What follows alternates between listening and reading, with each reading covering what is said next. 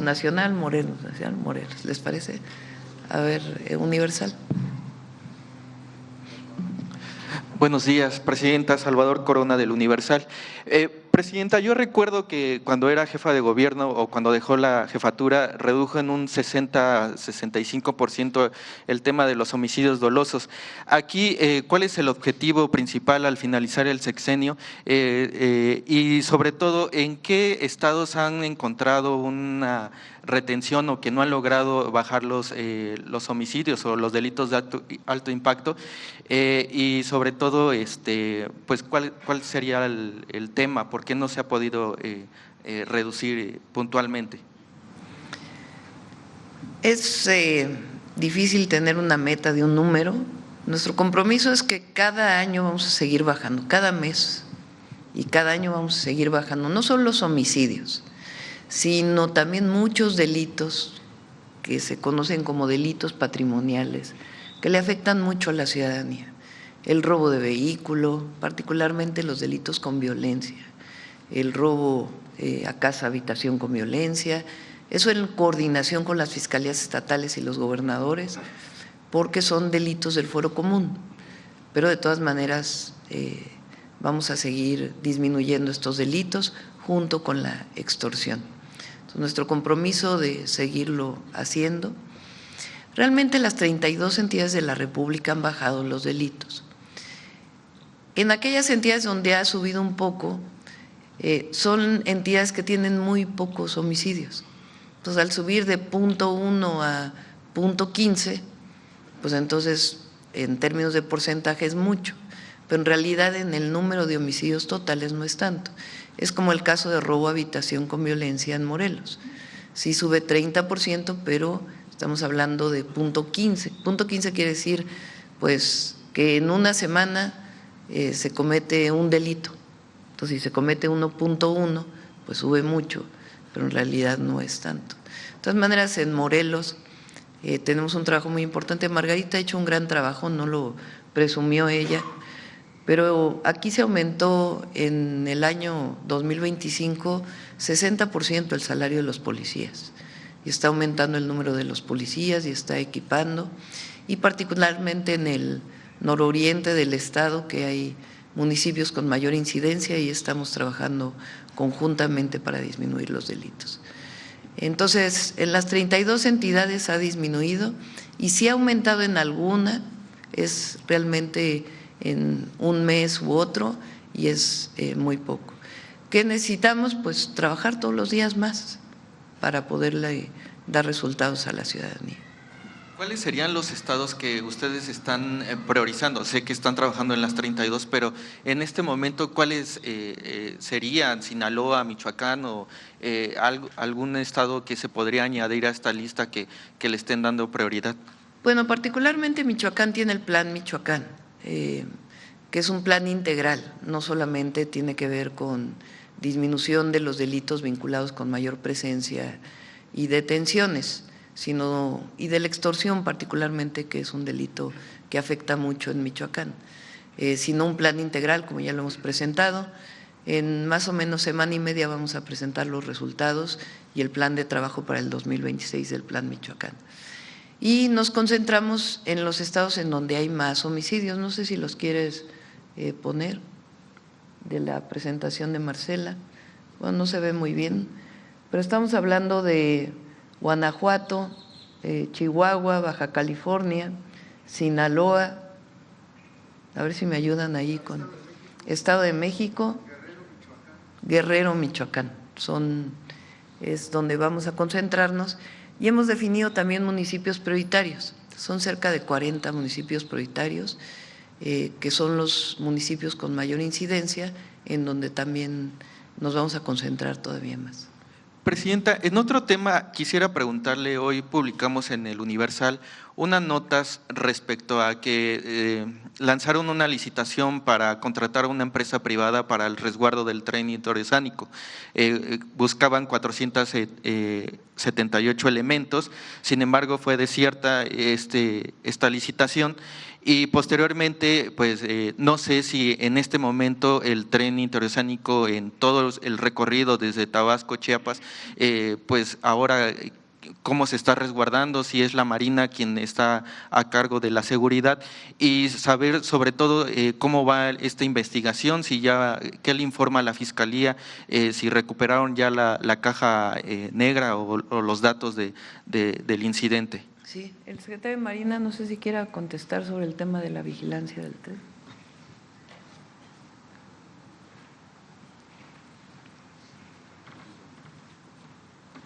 Sí, quedó desierta la licitación de seguridad, es la seguridad privada la que controla los accesos, pero en realidad la seguridad del tren la da la Secretaría de Marina desde siempre. Ya se hizo una ampliación al contrato de la empresa que lo tenía, la empresa se llama Sedecma. Esa empresa dio la seguridad el año pasado, se le amplió, de acuerdo con la ley, se le puede ampliar el plazo por un mes más, en tanto se reinicia, se hace nuevamente la licitación porque no cumplieron con los requisitos que estábamos pidiendo. ¿Por cuánto fue el contrato, secretario? No tengo el dato ahorita. ¿Y cómo va la investigación? ¿Qué reporte le ha mencionado? Si también los datos, sobre todo la vigilancia de las vías, ustedes están pues a cargo de esta vigilancia sobre todo. Se mantiene la cadena de custodia con personal de Marina y de la Fiscalía General de la República.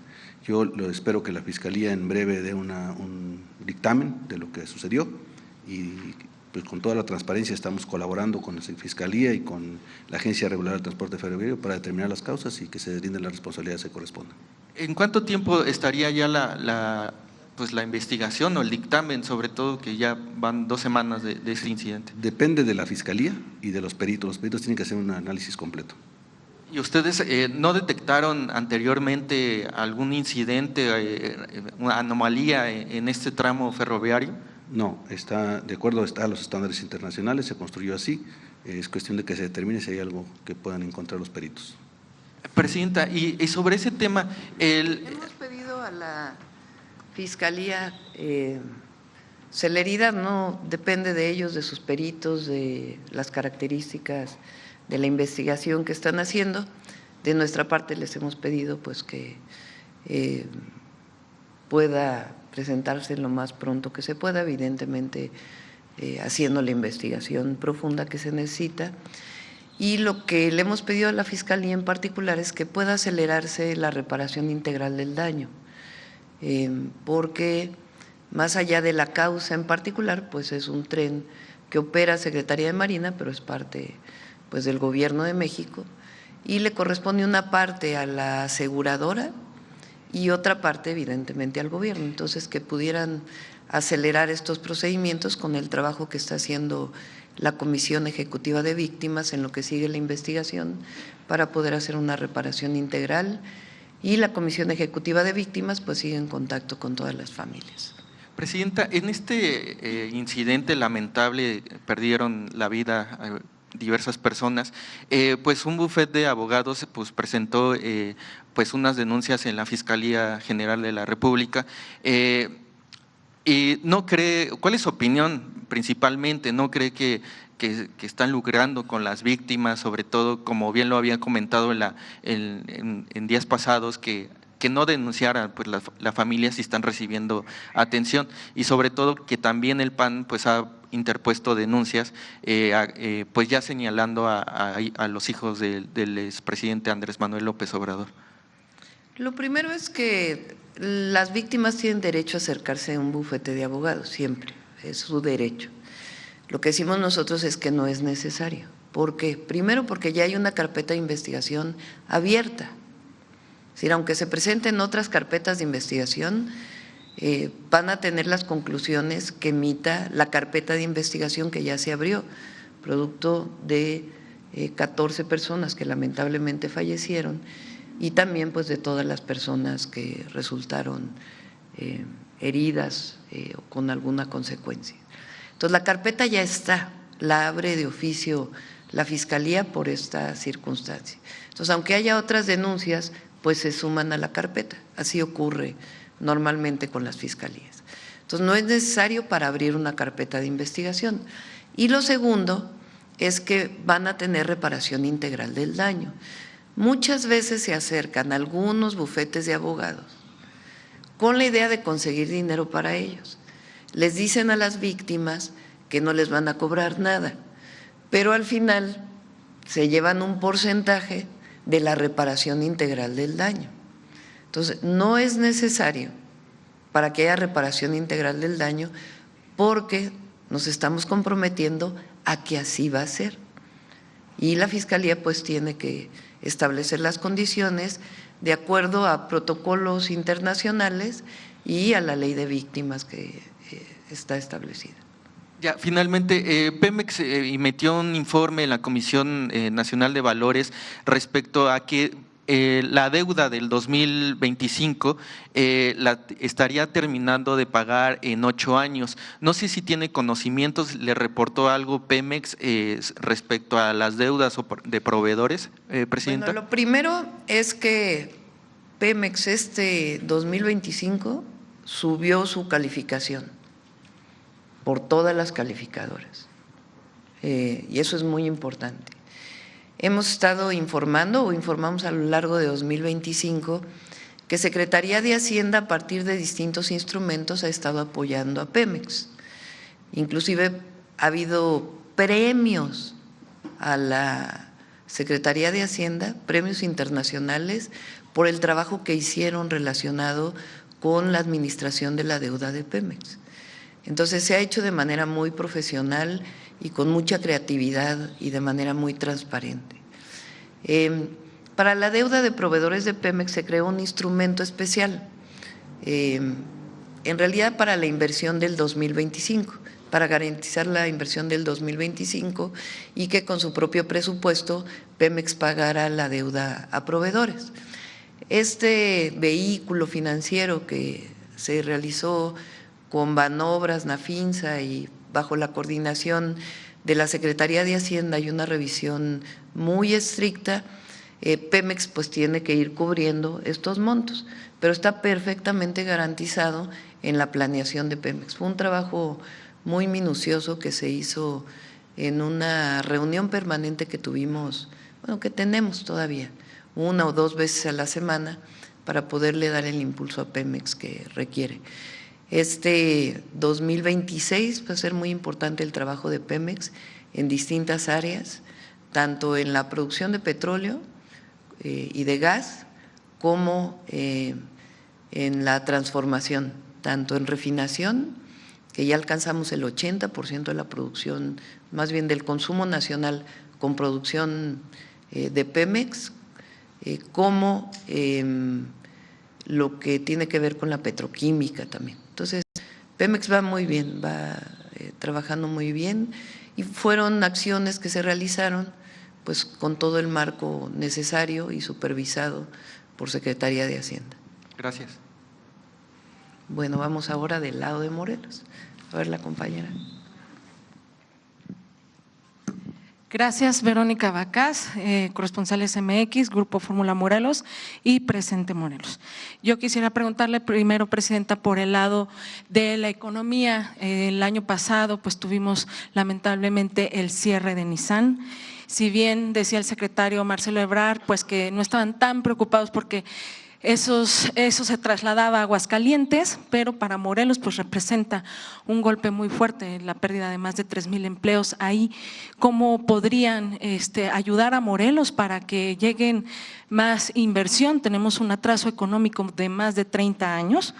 Y en materia de seguridad, Presidenta, o no sé si me podría responder el secretario, en cuanto a los videos que recientemente circularon en redes sociales, en donde el cártel Jalisco Nueva Generación amenaza a grupos antagónicos de aquí de Huitzilac, y hay otro más que atrajo también la FGR, que tiene que ver de la reunión de alcaldes con líderes criminales. ¿Qué avances habría en estas investigaciones, ya que pues son temas que atrajo la Federación?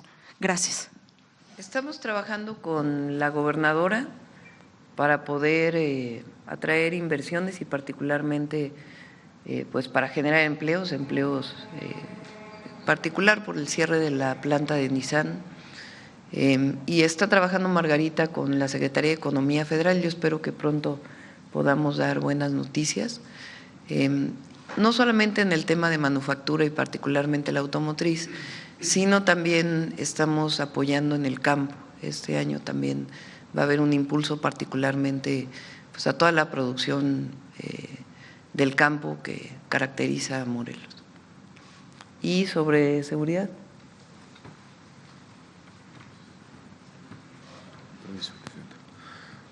A raíz de los cambios recientes en la Fiscalía General de la República, pues también se ha estrechado la coordinación, no solo esos casos de los videos que usted comenta, sino hay otros que tienen relación aquí en Morelos, que estamos trabajando en coordinación con el Gobierno del Estado de Morelos, con la Secretaría de Seguridad, la Fiscalía de Justicia del Estado de Morelos, y esos casos específicos que usted menciona están en la Fiscalía en FEMDO y los estamos trabajando con ellos.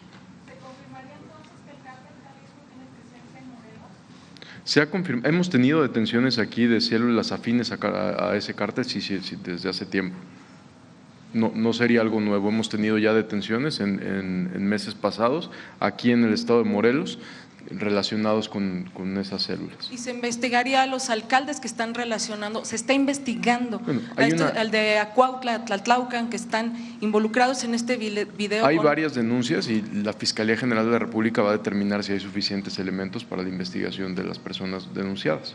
¿Nada más son dos alcaldes o habría más alcaldes? Desconozco si hay más en esa denuncia que usted comenta, pero pedimos a la Fiscalía que informe puntual. Gracias. Gracias. A ver, por acá.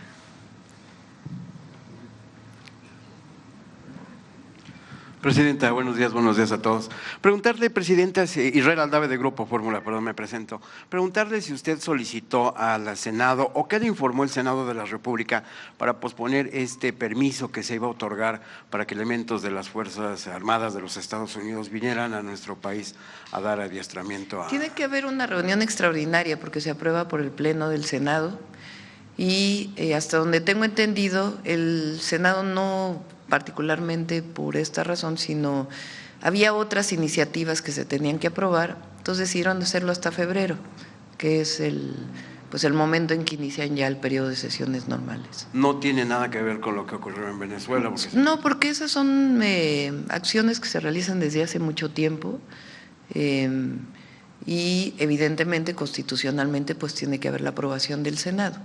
Entonces, lo que decidieron fue pues, posponerlo a cuando vaya a haber la sesión ordinaria, dado que no había otro tema para una sesión extraordinaria. Okay.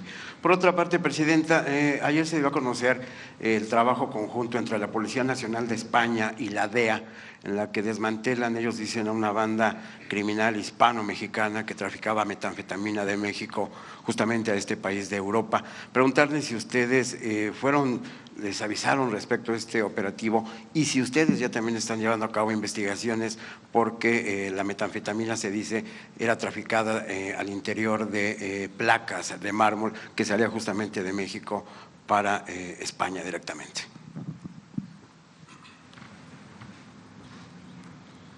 Esta operación del Gobierno de España inició en el 2023. Personas de los 9 detenidos que fueron arrestados en esta ocasión, algunos ya habían sido detenidos y los dejaron en libertad allá. Esta operación inicia en el 2023, en estas fechas vuelven a hacer unas detenciones, se detienen a 9 personas, de los cuales 2 son mexicanos, uno de Jalisco y uno de Sinaloa. Hay coordinación, hay buen intercambio de información, allá está un delegado del Centro Nacional de Inteligencia de aquí de nuestro país. Estamos trabajando para el intercambio de información, pero es una operación que tienen allá. Es decir, la Secretaría sí estuvo trabajando en coordinación con la Policía Española. Hay intercambio de información, no tendrían por qué avisarnos, ni nosotros, es como antes de una operación, es una operación que hicieron allá de manera muy local y que al tener detenidos mexicanos, pues hay un intercambio de información. Siempre ha habido un muy buen intercambio de información con España. ¿Y la investigación en las aduanas? Eso ya nos corresponde a nosotros, por eso es el intercambio de información, la información que nos enviaron de las empresas que, como usted bien menciona, comercializan mármol, piedra y otro tipo de cosas. Eso ya lo está trabajando también la Unidad de Inteligencia Financiera. Ya se está trabajando. Ya se está trabajando, confirmado, y también con la Fiscalía General de la República. Ok, si me permite, Presidenta, que el secretario está tomando la palabra. ¿En qué estatus, qué tiene de avance esta investigación en materia de huachicol fiscal?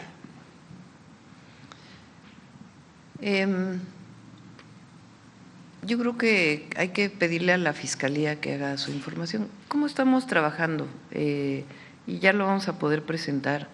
Se ha hecho un trabajo muy minucioso, detallado, de mucha, es decir, mucho trabajo específico, iba a decir de mucha talacha, porque tiene que ver con mucha dedicación de bases de datos que se cruzan entre el SAT, la Secretaría de Energía, la CEA, Profeco, para poder revisar, como lo he planteado, desde el momento en que entra el combustible importado hasta el momento en que se vende, ya sea en una gasolinera o en alguna flotilla, porque hay también permiso para vender a flotillas sin que necesariamente sea en una gasolinera como las que vemos normalmente.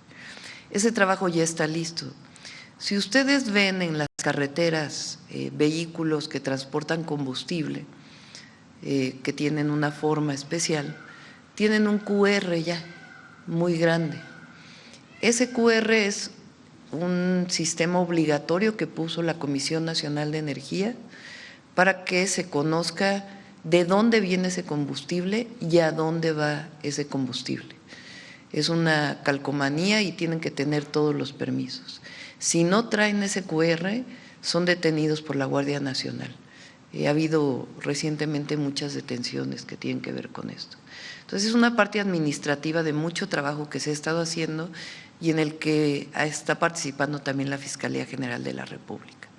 Y por otro lado ya son las investigaciones de la Fiscalía General que tienen que ver pues con las bandas delictivas nacionales e incluso internacionales que se dedican o que se habían dedicado, que ha disminuido. ¿En qué lo vemos que ha disminuido? En que aumenta la venta de combustibles legales. Pero todo este proceso lo lleva a la Fiscalía y ellos son los que tienen la investigación. Y pues le pediremos que pueda informar pronto sobre cómo va. Okay. Y hablando justamente de la Fiscalía, Presidenta, que alguien del Gabinete de Seguridad comentara, ¿cuál es la diferencia que ven ahora con la llegada de la nueva fiscal a la del anterior fiscal general de la República?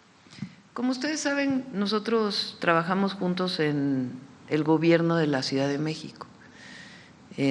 Cuando fui jefa de gobierno, Omar era el secretario de Seguridad Ciudadana de la ciudad y Ernestina Godoy era la fiscal general de Justicia de la Ciudad de México.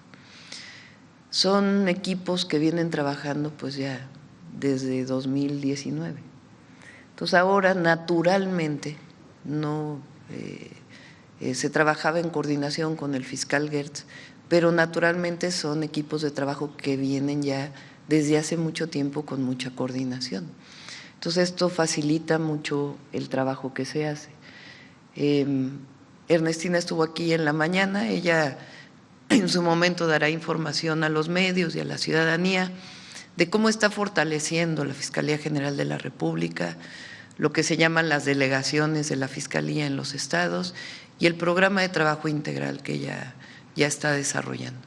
Entonces tiene, digamos, esa ventaja que son equipos pues que venimos trabajando conjuntamente, garantizando la autonomía de la Fiscalía, pero pues con mucha coordinación y confianza que se tiene desde hace mucho tiempo. Muchas gracias. Bueno, vamos a Morelos, la compañera.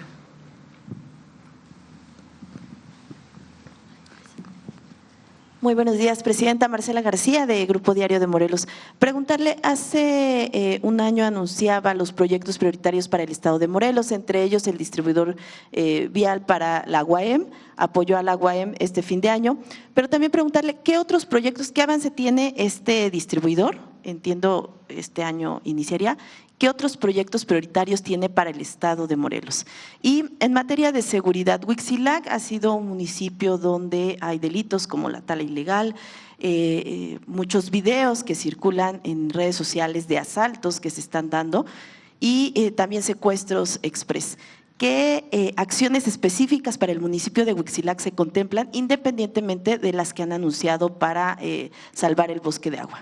Gracias. La primera, perdóname, me quedé con Huitzilac. El distribuidor, perdón. Sí. Y los acciones prioritarias, sí. Bueno, saben que estamos haciendo un hospital del IMSS en Jiutepec. No, en Yecapistla. En Yecapistla. Otro en Jiutepec, se abrió el hospital de Cuernavaca del ISSSTE.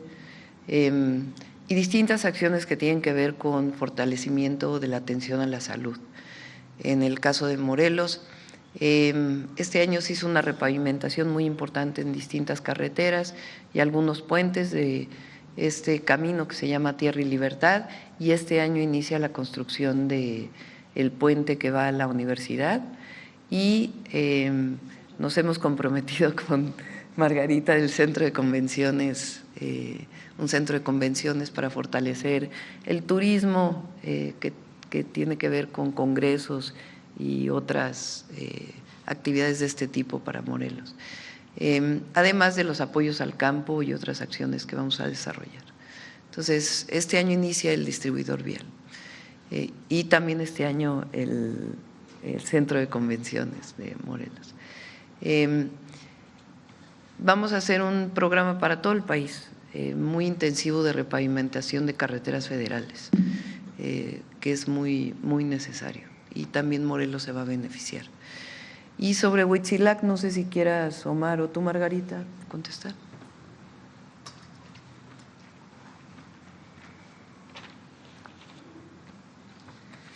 Bueno, como comentábamos, alineados desde Morelos a la Estrategia General de Seguridad, una de las partes muy importantes que se han estado realizando, este trabajo de investigación y de detenciones que se han duplicado en el estado de Morelos, las detenciones. Tenemos una baja en homicidios dolosos, una baja en feminicidios del 28%, una baja de 19% en robo de vehículos, y también en términos de detenciones de objetivos prioritarios se han desarrollado de una manera muy consistente en este 2025, entre ellos también detenciones en Huitzilac, pero fundamentalmente nos estamos también abocando al tema de los arcos carreteros.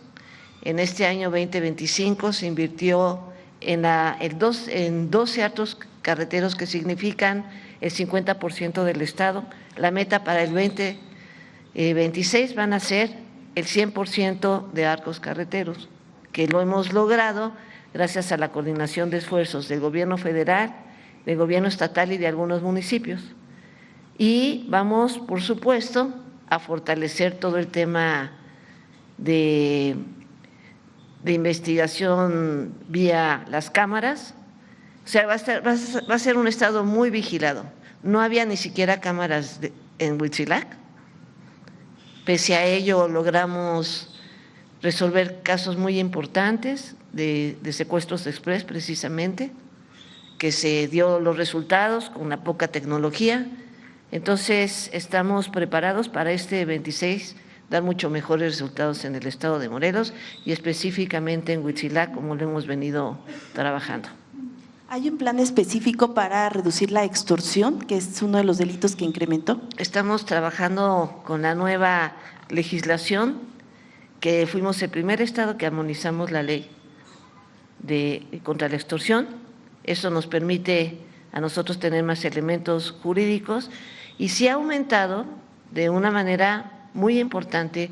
Cuando vemos las estadísticas de aumento de extorsión, también significa que hay un aumento sustancial en las denuncias de la ciudadanía, porque hay mayor confianza también en este tema de la extorsión. Y nosotros, además de la armonización de la ley, federal.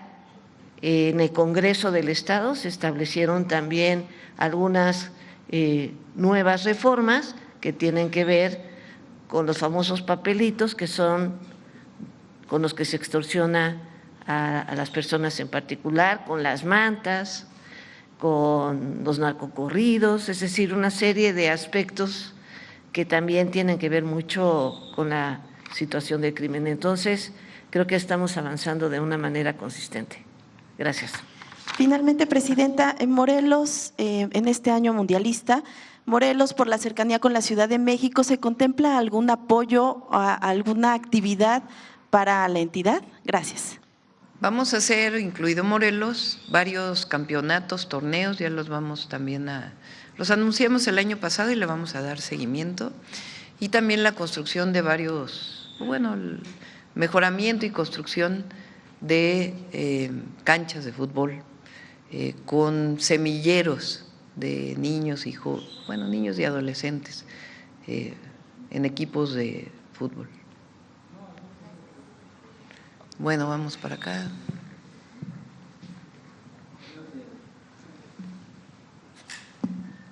Gracias, presidenta. Buenos días. Jennifer Bárbara, de México Comunica.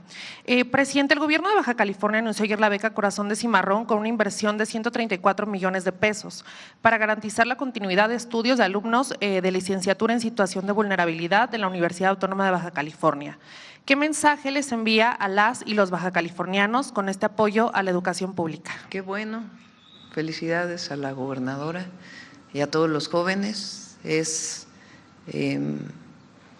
muy importante que los jóvenes, que sigan estudiando y que no abandonen sus estudios por razones económicas. Entonces, muchas felicidades. Gracias, presidenta.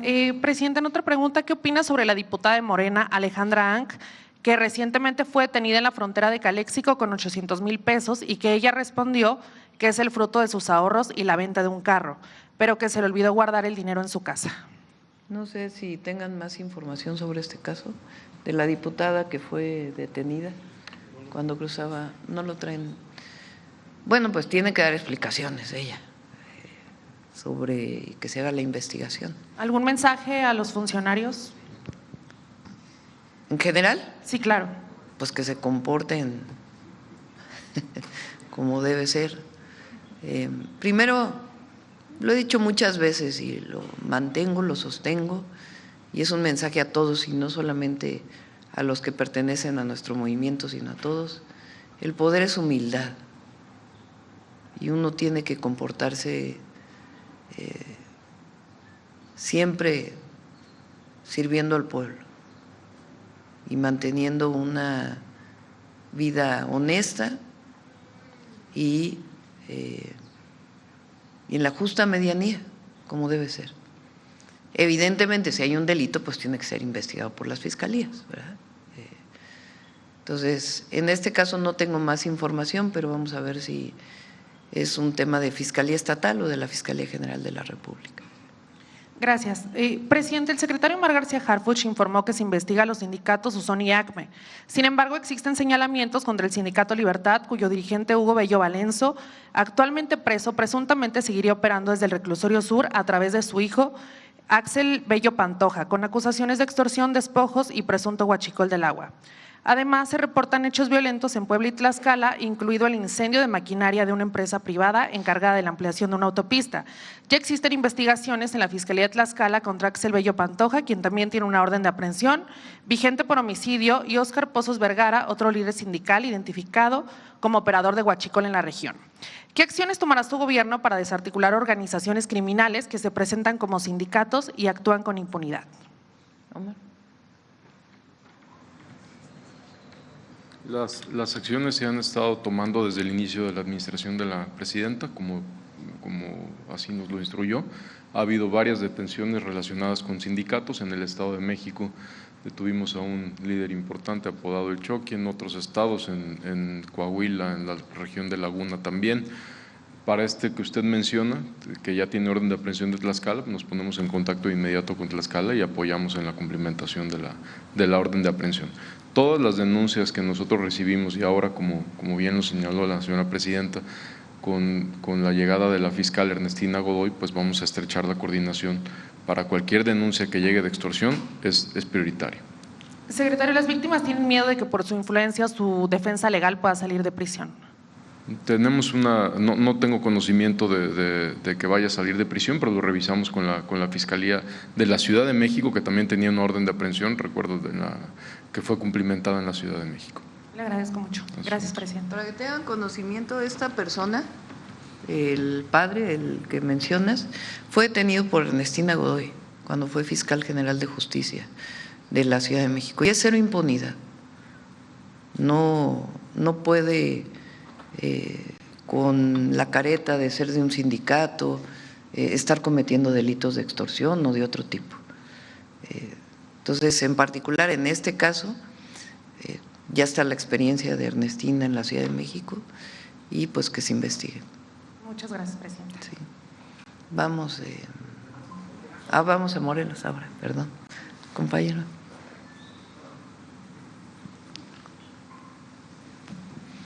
Gracias, presidenta. Presidenta, naneke nimislahtoltis ika nonantlahtol náhuatl. Presidenta, yo le quiero preguntar en mi lengua materna, el náhuatl.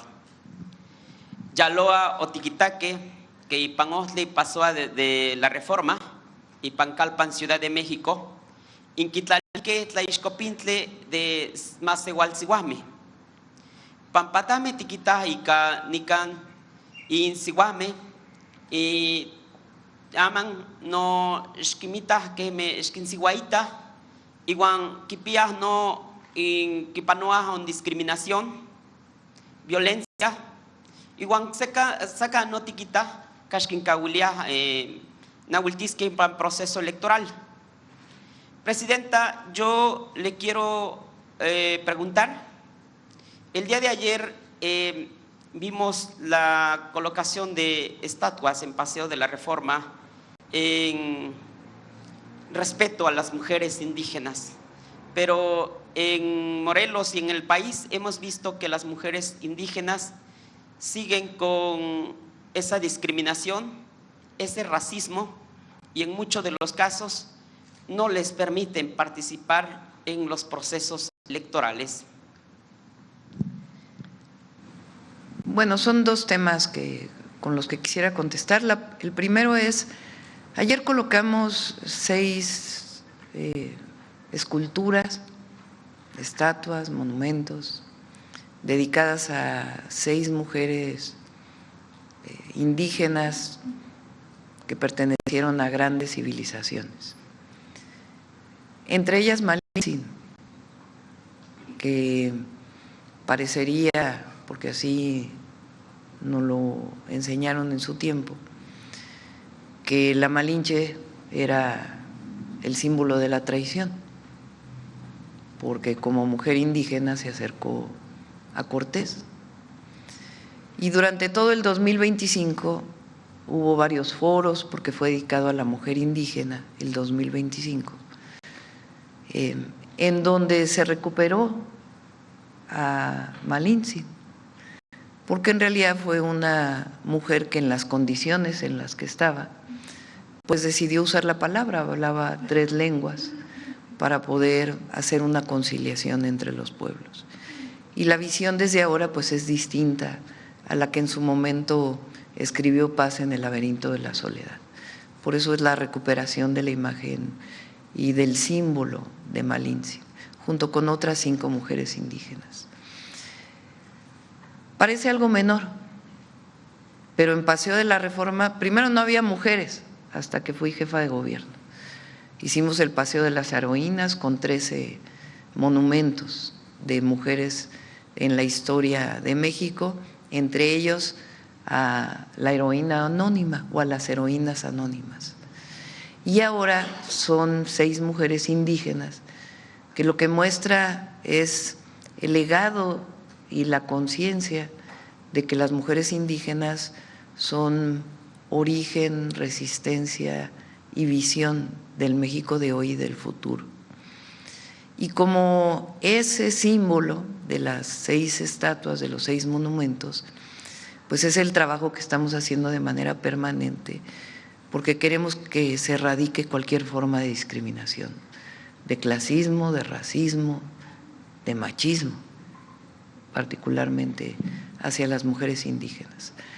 Otras acciones que hemos desarrollado son, por ejemplo, en el nuevo programa o la nueva forma de distribución de los recursos, en donde cada comunidad indígena y afrodescendiente recibe un presupuesto público para alguna obra pública. Estamos orientando, depende obviamente de cada comunidad, a que la tesorera de esos recursos sea una mujer, que es la que resguarda el recurso. Y la otra parte muy importante es la que tú dices, y es estar mencionando de manera permanente el que todas las comunidades indígenas pues son grandeza y legado cultural y presente y futuro de México. Todos los mexicanos, vengamos o no de un pueblo originario, tenemos la obligación de reconocer la grandeza cultural de México que viene de las culturas originarias, y no de antes, sino de hoy.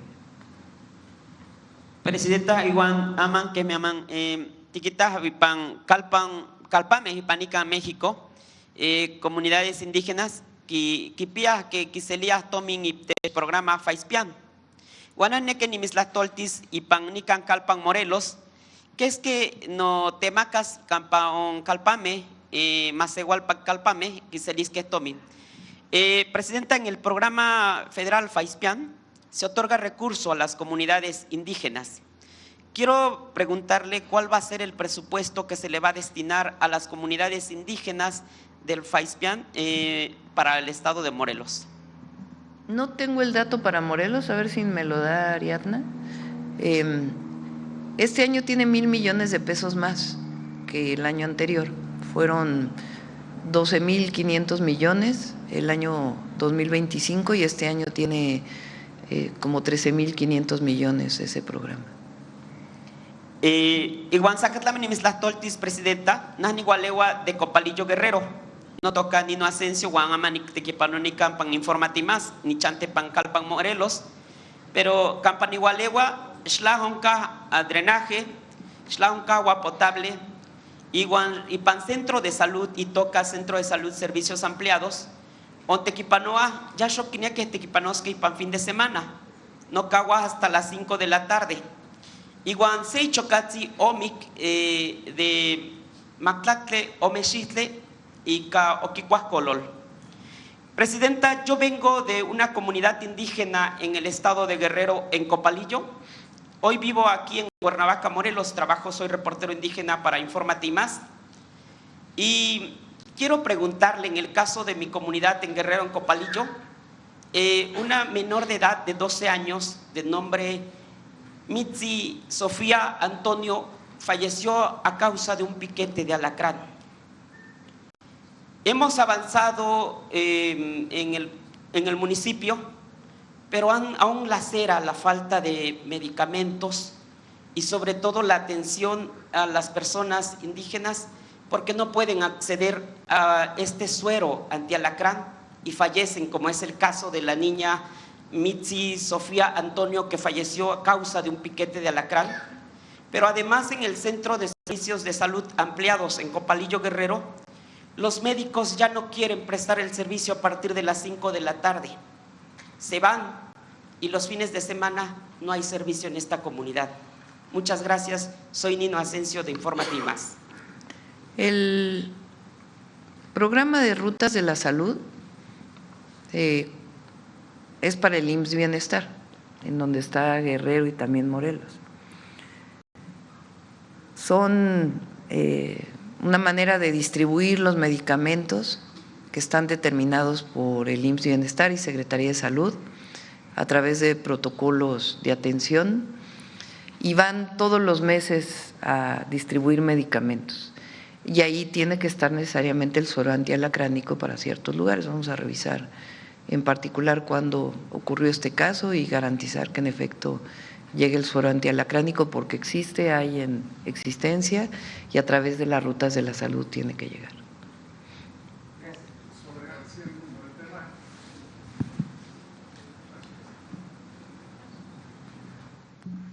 Antes que Jacobo del Noticiero en Redes, Presidenta, antes que nada le deseo lo mejor para usted en este año y desde luego para todos.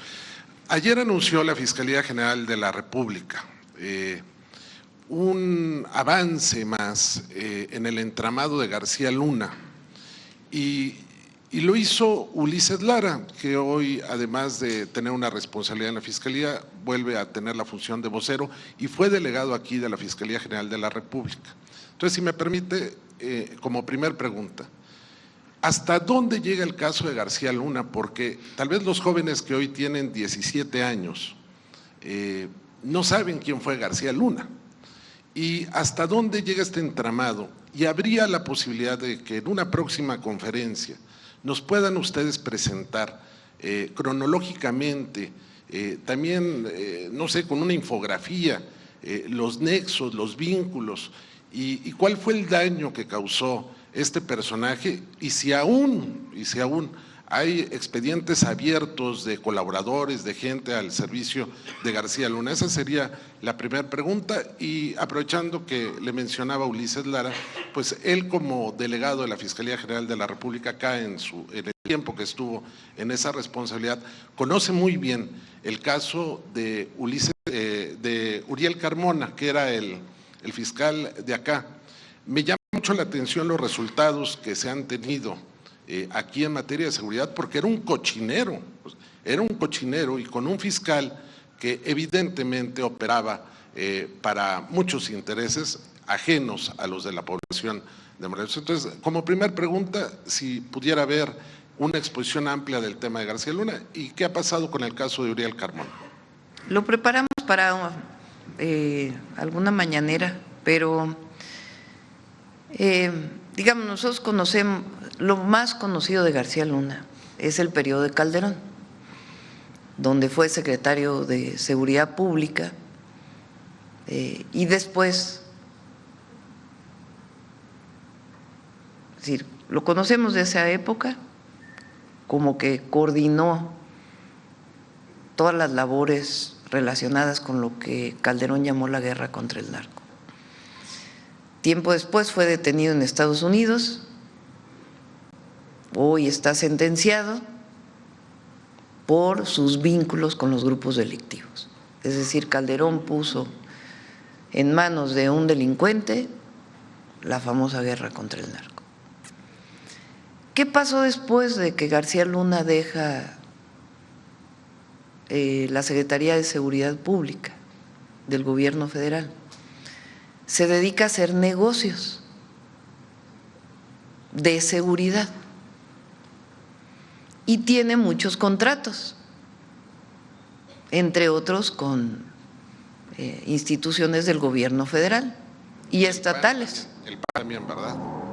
El Partido Acción Nacional, disculpe la interrupción, también… No, ya fue con la época de Peña. Perdón. O sea, deja el gobierno Calderón, entra Peña Nieto y García Luna deja de ser secretario, pero pone negocios de seguridad.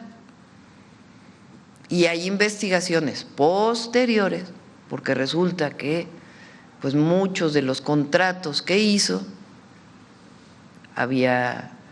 fueron más caros de lo que debían de ser, o no se entregó lo que se tenía que entregar, etcétera, etcétera, etcétera, con investigaciones ya en el periodo principalmente del presidente López Obrador.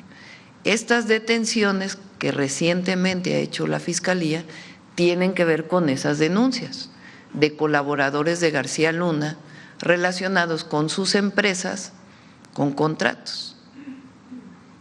Entonces, pues sí, hay que pedirle a Ulises Lara o a la propia fiscal que puedan dar más información sobre esto y nosotros preparamos pues ya un trabajo para una mañanera para poder explicar con todo detalle. Le agradezco mucho. Si me permite un segundo planteamiento, y lo hago con mucho respeto, yo sé que la Fiscalía es la que tiene a cargo la investigación. Y sobre el fiscal, el que era el fiscal de Morelos, pues ya tendrá que revisarlo la Fiscalía General de la República y él tiene varios amparos. Y hay pues un caso que nos tocó a nosotros donde participamos de manera muy importante el caso de un feminicidio de una joven que es privada, digamos, de su libertad, secuestrada o desaparecida en la Ciudad de México, y cuyo cuerpo se encuentra después aquí en Morelos. Y el anterior fiscal de Morelos lo que dice es que en realidad no fue feminicidio, lo dice públicamente. La Fiscalía de la Ciudad de México, Ernestina Godoy, entonces, pide el caso, dado que la desaparición había sido en la ciudad, y cuando revisa todo el caso es evidente que fue un feminicidio. Y la Fiscalía General de Justicia de la Ciudad de México, Ernestina, hace las detenciones relacionadas con ese feminicidio y acusa al fiscal de Morelos de entonces de no haber hecho la investigación como se debía. Hoy tiene pues amparo. Pero está, del viejo Poder Judicial. ¿Está localizable? Bueno, sí, ya no sé. Presidenta, si me permite, con mucho respeto, sé que usted ya habló del tren interoceánico, pero nos tocó acompañarla cuando usted hizo el recorrido desde Tonalá hasta Ixtepec. Y la verdad, los que fuimos ahí, y aquí hay compañeros de medios corporativos y de medios independientes, atestiguamos la calidad de las instalaciones, de la gente y todo. Hay quienes lo dicen, Presidenta, y por eso se lo tengo que preguntar, que estuvo muy raro lo que sucedió. Yo me acuerdo que cuando usted era jefa de gobierno, en la línea 3 y en la línea, creo que en la línea 7, pero sobre todo en la línea 3, la propia Ernestina Godoy detectó o se pudo comprobar que se habían registrado acciones, sí, deliberadas. El término es sabotaje, ¿no? Es una de las líneas de investigación, o se ha descartado, digo, porque teniendo ese antecedente de lo que sucedió en la Ciudad de México, que tenía un objetivo, desde luego, político y otro, le pregunto, y lo hago con respeto, porque sé que la Fiscalía está haciendo la investigación, ¿es una de las líneas que se deberían de investigar o que se están investigando? Lo tiene que determinar la Fiscalía. En esto hay que ser muy responsables, muy responsables. ¿Cómo hace las fiscalías las investigaciones en este y en otros casos? Tiene peritos especializados y si no, contrata peritos especializados.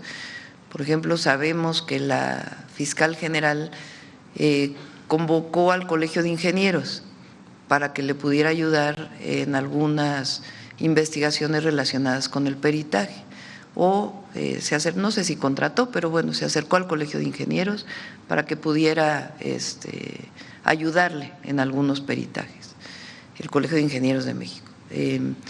Y ella pues tendrá que informar cómo están apoyando. Entonces hay que ser muy responsable y basarse en evidencias. Entonces, estos peritos especializados en vías de tren, en análisis de cajas negras, pues son los que tienen que decir realmente qué ocurrió en un primer dictamen y después ya lo que se llama la causa raíz. Decir alguna otra cosa sería, desde mi perspectiva, pues solamente hacer conjeturas. Presidenta, y si me lo permite, por último, mucha gente ha reconocido su postura sobre el caso Venezuela, una postura pegada a lo que establece nuestra Constitución. Ya usted fijó la postura, pero ¿qué le dice al pueblo, a su pueblo, a ese pueblo que la está respaldando? En las encuestas, en los medios tradicionales, hemos visto que incluso esos medios reconocen más de un 70% de aprobación a usted.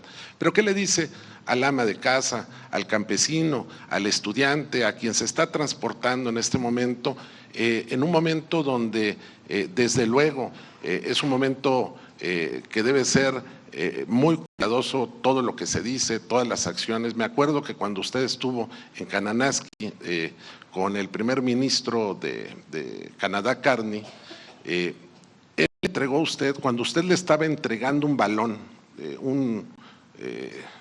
una artesanía, por cierto, muy bonita, él hizo una broma sobre Donald Trump y usted no se rió. Fue usted muy respetuosa incluso, o muy cuidadosa de no caer en una broma para no generar más conflicto o para no caer en un conflicto. Pero ¿qué le dice a su pueblo? ¿Qué le dice a la gente que la ha acompañado en el Zócalo? ¿Qué le dice a la gente en este momento? ¿Con relación a Estados Unidos? Sobre lo que estamos viviendo en el mundo, digo, al final, sobre lo que sucedió en Venezuela, pero la gente tiene mucha confianza en usted. Usted ya fijó una postura hacia el gobierno de Estados Unidos por lo que sucedió. Nosotros siempre vamos a guardar nuestros principios. Y la verdad aquí en particular quiero reconocer al Gabinete de Seguridad, porque en el tema de seguridad y en la relación con Estados Unidos, el general secretario, el almirante secretario, el secretario de Seguridad son, además de profesionales y ser grandes personas, son patriotas. Y eso es muy importante. Son muy responsables, tienen una gran relación con el Comando Norte, con agencias de Estados Unidos, con la propia embajada en México de Estados Unidos, con personas en Estados Unidos que tienen que ver con la seguridad o la colaboración en la seguridad, pero siempre tienen muy claros los principios, y es la defensa de nuestra soberanía y nuestra territorialidad, y al mismo tiempo buscar la cooperación y la coordinación. Y eso es lo que hemos planteado siempre. Nosotros mantenemos los principios de la política exterior mexicana, además lo hacemos por convicción, pero nosotros somos vecinos de Estados Unidos, somos socios comerciales y tenemos problemas comunes. Ellos tienen que atender también las causas del consumo de drogas, tienen que atender a los grupos delictivos que hay en Estados Unidos que distribuyen droga, nosotros en nuestro territorio, y colaboramos con información, con investigación en el marco de un entendimiento que tenemos. Entonces, nosotros no queremos pelearnos con Estados Unidos, manifestamos cuando no estamos de acuerdo, así como ellos manifiestan cuando no están de acuerdo con nosotros, pero buscamos siempre una buena relación basada en el respeto. Lo agradezco mucho. Gracias, presidente. Bueno, y en la defensa de nuestros compatriotas allá también. Bueno, vamos de este lado, compañero. Presidenta, buenos días, feliz año. Gobernadora, buenos días a integrantes del Gabinete de Seguridad. Yo quisiera preguntarle con relación a este tema de seguridad, precisamente aquí en Morelos hubo 4 laboratorios que se incautaron en meses recientes y en los cuales se había detectado fentanilo. Precisamente preguntarle qué papel juega ya Morelos en el panorama del gobierno federal con la producción de esta droga y cómo se están coordinando con el gobierno de Morelos precisamente para dar con más narcolaboratorios como los 4 que se han presentado el día de hoy. Es metanfetamina, es distinto al fentanilo. La mayor parte diría prácticamente el 100%, de la cantidad de laboratorios, no sé cuántos, a ver si incautados en el país y estos en Morelos. En la presentación de Omar, ¿cuántos son, Omar? 1760. 1887 laboratorios y áreas de concentración. Hubo un caso, o algunos casos, sobre todo cuando entramos, que se encontró la fabricación de las pastillas, pero no como tal la fabricación del fentanilo, aunque se sigue investigando. Pero la mayoría es metanfetamina, que es distinto. No sé si quieras comentar algo más o alguien con relación a los laboratorios de metanfetamina que se han incautado. Solo complementar lo que usted dijo, señor presidente, se han encontrado empastilladoras, en el caso de fentanilo, que son los menos, pero todos estos 1887 laboratorios que destruyó la Secretaría de la Defensa Nacional y la Secretaría de Marina son de metanfetamina, no son de fentanilo. Los 4 que se hicieron aquí en coordinación con el gobierno del Estado de Morelos también son de metanfetamina. Y estos laboratorios, como lo hemos mencionado, la destrucción de estos laboratorios pues significa miles de millones de pesos que dejan de ingresar a las organizaciones criminales. Y finalmente, Presidenta, preguntarle si tienen ya un informe de estas investigaciones en contra del exgobernador e incluso funcionarios de la administración pasada. Había un informe de la Auditoría Superior de la Federación de un presunto desvío de más de 3,000 millones de pesos. Si hay avances en las pesquisas, ¿qué informe tiene sobre ese tema, Presidenta? Luis Alberto Beltrán, de Acá Entre Nos. Pues tendría que ser, no sé si es la Fiscalía del Estado o la Fiscalía General de la República. Gracias. Vamos de este lado a ver la compañera.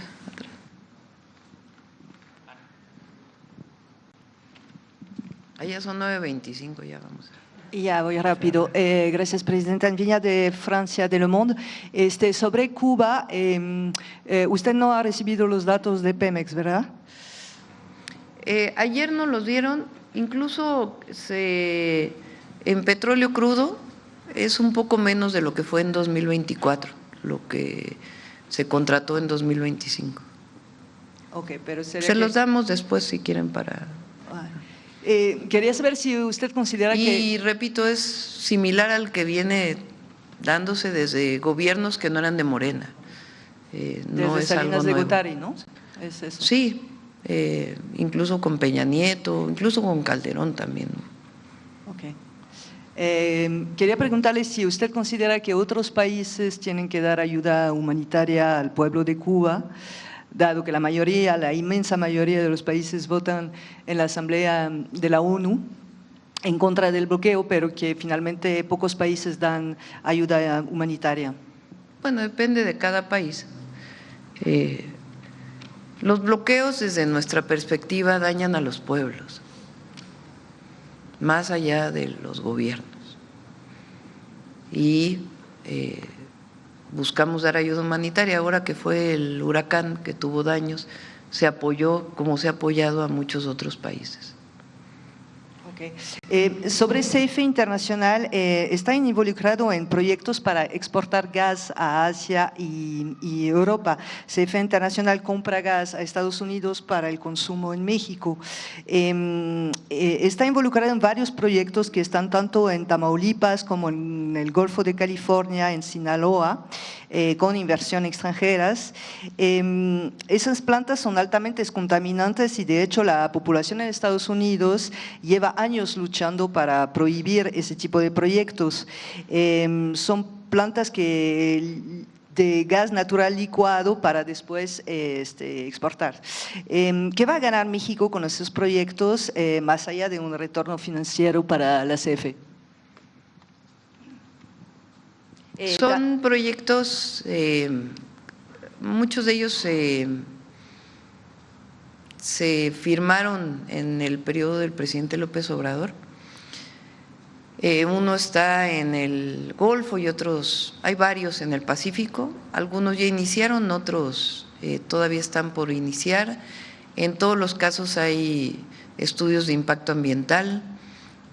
Hay uno en particular que está en el norte de Sonora, que es el que todavía está en estudio particularmente de un gasoducto, pero viene gas principalmente de Texas, se licúa en México y después se puede utilizar en México o se puede exportar principalmente hacia aquellos que son en el Pacífico. Son inversiones que generan empleo de manera importante del país y está estudiado el impacto ambiental y en el caso de que la comunidad no esté de acuerdo siempre se hacen consultas públicas. Ok, porque la población de ese estado depende en gran medida de la pesca y del turismo y además, según varios expertos, se trata de un negocio que no es seguro porque actualmente hay un exceso de gas en el mercado, particularmente de Rusia y Australia. Entonces, no se entiende bien. ¿Qué es lo que pasa? Para que Estados Unidos pudiera exportar su gas hacia el Pacífico tendría que recorre mucho más distancia que si lo hace a través de México, de Texas hacia el Pacífico. Entonces, esa cercanía pues le permite poder exportar ese gas, que le deja a México pues empleos de manera muy importante, de plantas que tienen que ser seguras y que tiene que haber un impacto ambiental para que no, para que se mitigue cualquier impacto ambiental que pueda tener y evidentemente que no dañe pues las actividades económicas que hay en el lugar. Entonces, por eso le interesa a Estados Unidos estas plantas. Y desde el periodo del presidente López Obrador se consideró que eran inversiones importantes para hacer en el país y que se ayuda para poder exportar ese gas hacia Asia principalmente. ¿Y usted piensa lo mismo que el Sí, expresidente? tiene que evidentemente hacerse una manifestación de impacto ambiental y su aprobación que garantice pues que en efecto se mitigan los posibles problemas ambientales que tuvieran. Ok, y otro tema sobre el caso Wallace. Este mes de enero se cumple 20 años desde que la primera persona del caso fue detenida, Juana Hilda, quien fue liberado por la Suprema Corte. No hemos tenido noticias de ese caso, ya tiene 20 años. Igualmente el caso de la familia de Israel Vallarta, que tiene también 20 años. La Fiscalía pues ahora podría… con la nueva Fiscal General de la República ya podrá dar mucho más información. ¿Sí? Okay. Sí. Muchas gracias. Gracias a todos. Cerramos, vamos con Mujeres en la Historia. No. Viene Noemí. Con permiso, presidenta. Con permiso, gobernador. Muy buenos días a todas y a todos. Morelos es el estado de Morelos es un referente en la lucha de las y de los campesinos en nuestro país. Esta entidad sumó a la Revolución Mexicana un importante proyecto de transformación social liderado por Emiliano Zapata. La lucha agraria fue un aliciente para que distintos intelectuales y artistas internacionales se sumaran a su visión y a su exposición en el mundo. Tenemos aquí un gran referente en la lucha agraria de nuestro país.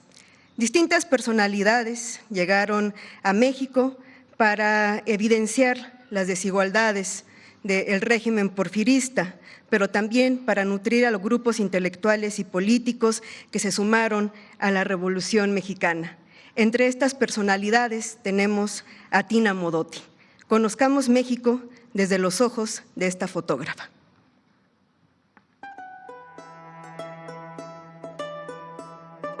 Tina Modotti nació el 16 de agosto de 1896 en Udine, Italia, con el nombre de Assunta Adelaide Luigia Modotti Mondini. Pasó su infancia en Italia y su juventud en Austria. Proveniente de una familia obrera, desde pequeña conoció la precariedad, lo que marcó profundamente su sensibilidad social y su posterior compromiso político. A los 17 años emigró a los Estados Unidos y comenzó a trabajar como obrera textil en la ciudad de San Francisco, mientras entraba en contacto con ambientes sindicales, artísticos y de izquierda. En Estados Unidos también exploró el teatro y el cine, particularmente en Hollywood, aunque estas experiencias no lograron satisfacer su búsqueda expresiva. En 1917 se casó con el pintor y poeta Rouvet de la Brie-Richie. Juntos se vincularon con círculos intelectuales y de vanguardia. Pero Richie murió de manera repentina en México en 1922, por lo que Tina se trasladó al país para recuperar sus restos. Este viaje marcaría el inicio de una importante etapa de su vida. Regresó a Estados Unidos solo para retornar a México en 1923, esta vez acompañada del fotógrafo estadounidense Edward Weston, con quien mantuvo una relación personal y creativa. Con Weston, Tina Modotti se inició en la fotografía y pronto desarrolló un lenguaje propio, en el que la búsqueda estética se combinó con una profunda preocupación social. El México posrevolucionario de los años 20 ofreció a Tina un entorno fértil, tanto en el plano artístico como el político. Se integró al ambiente cultural que rodeaba al muralismo mexicano, estableciendo vínculos cercanos con Frida Kahlo, Diego Rivera, David Alfaro Siqueiros, José Clemente Orozco, Javier Guerrero, y otros artistas e intelectuales.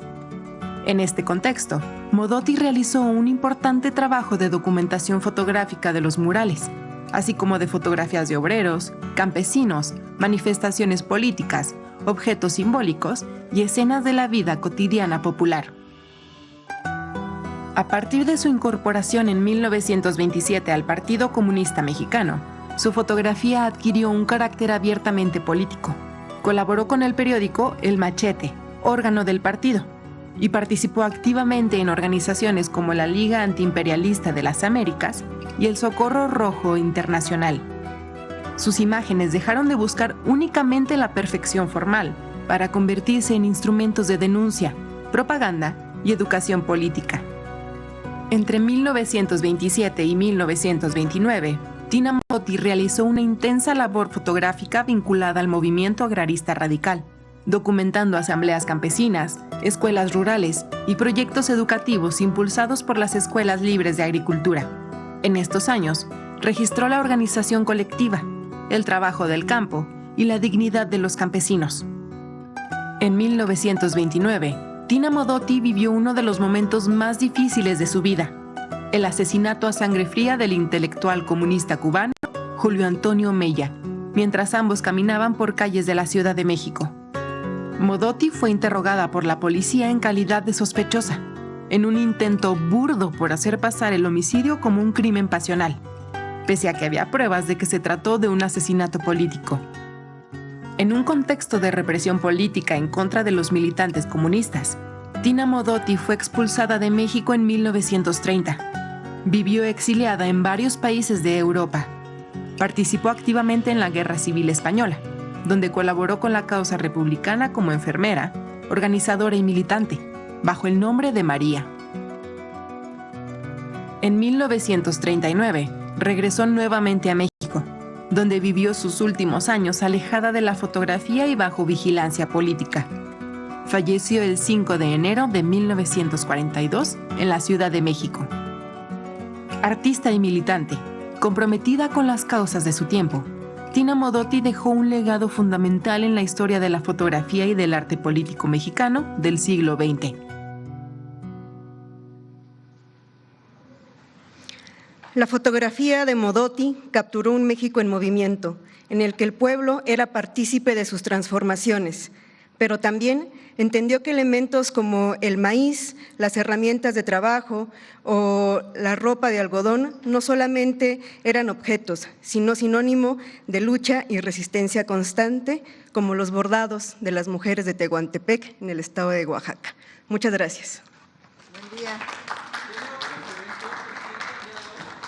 Aquí en Morelos vamos a tener una reunión con empresarios y ya nos regresamos a la ciudad.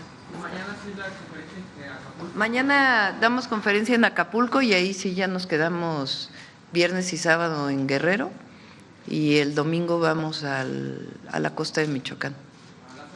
A Lázaro Cárdenas vamos a la planta de Fertinal, de fertilizantes de Pemex y algunas otras actividades. Gracias. Se los pasamos al ratito, sí son varios municipios de Guerrero. Vamos a Acapulco, Coyuca y después el sábado vamos camino hacia Zihuatanejo y ahí vamos a detenernos en algunos municipios. Gracias.